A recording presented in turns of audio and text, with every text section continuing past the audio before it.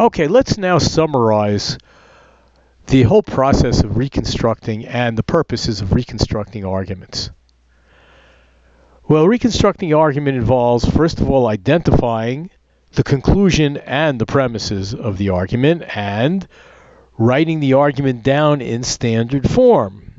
Now, reconstructing the argument helps us understand and evaluate the rational strength, rational as opposed to emotional strength or persuasive power of the argument.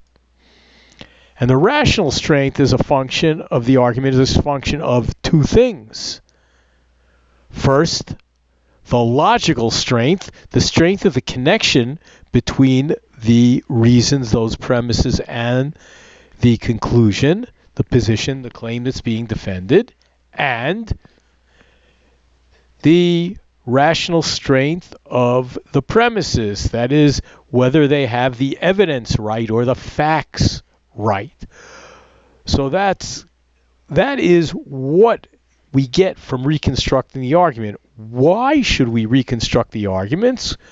Well, putting the argument into standard form does a few things.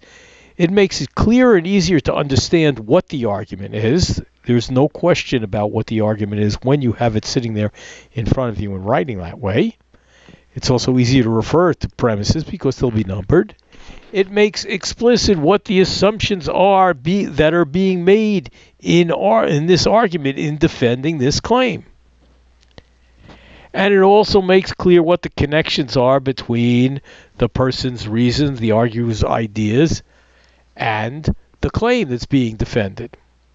And this results in a much deeper understanding of the argument, and it makes it easier to decide if the argument is a good one or not.